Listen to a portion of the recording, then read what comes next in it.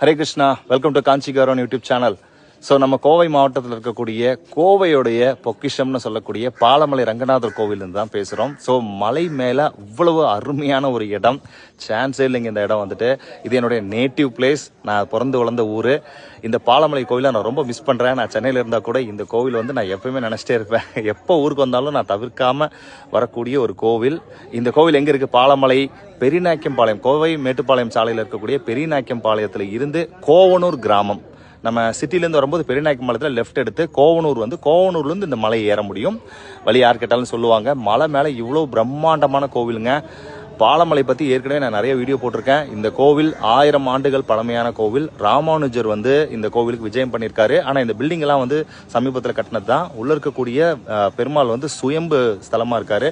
இது 108 அபிமான ஸ்தலங்களில் ஒன்று. கண்டிப்பாக மிஸ் பண்ணாமல் உங்கள் லைஃப்பில் பார்க்க வேண்டிய ஒரு கோவில் இது வந்து.